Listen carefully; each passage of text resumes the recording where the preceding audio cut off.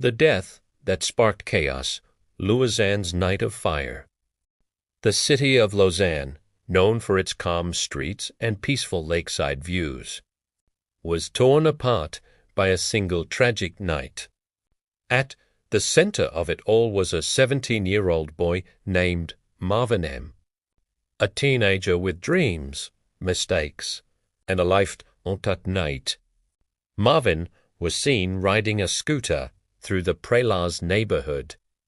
The scooter had been reported stolen a day earlier, and when the police spotted him, they gave chase. Marvin, frightened and desperate, sped through the streets, trying to escape. According to the authorities, there was no direct collision between the patrol car and his scooter. But as Marvin pushed harder to flee, he lost control in a split second. The scooter veered off course and slammed into a garage wall. The sound of the crash echoed through the quiet neighborhood. Despite wearing a helmet, the impact was devastating. Marvin's body lay motionless, and by the time help arrived, it was too late. His life ended there, on the cold concrete, with flashing blue lights surrounding him. The news spread fast. Marvin wasn't just another boy. To his mother and his community, he was a symbol of hope. His mother, heartbroken and drowning in grief, insisted her son was not a thief, not the criminal some painted him to be.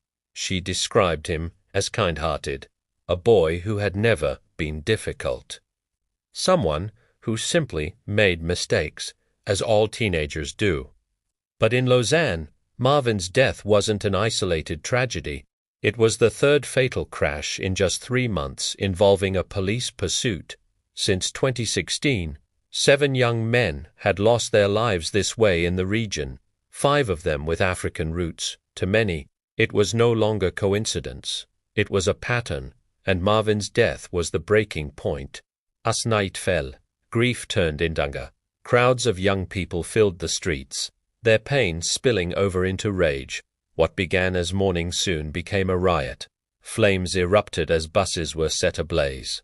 Barricades roses, Molotov cocktails shattered against buildings, and fireworks lit the dark sky. Lausanne, a city that prided itself on order and peace, suddenly burned with fury. Police fought back with water cannons, tear gas, and rubber bullets. Dozens were arrested. The city's center was scarred, and the chaos left citizens shaken.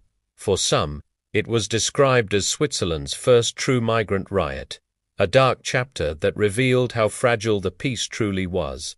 And behind it all, a storm of mistrust grew. Lausanne's police force was already under fire.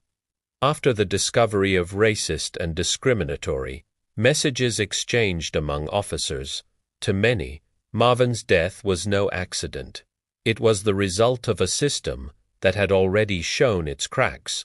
The city's leaders called for calm, promising investigations and reforms, but promises meant little to those who had lost trust long ago.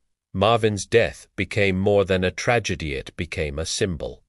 And as Lausanne smoldered, the question lingered, was this only the beginning?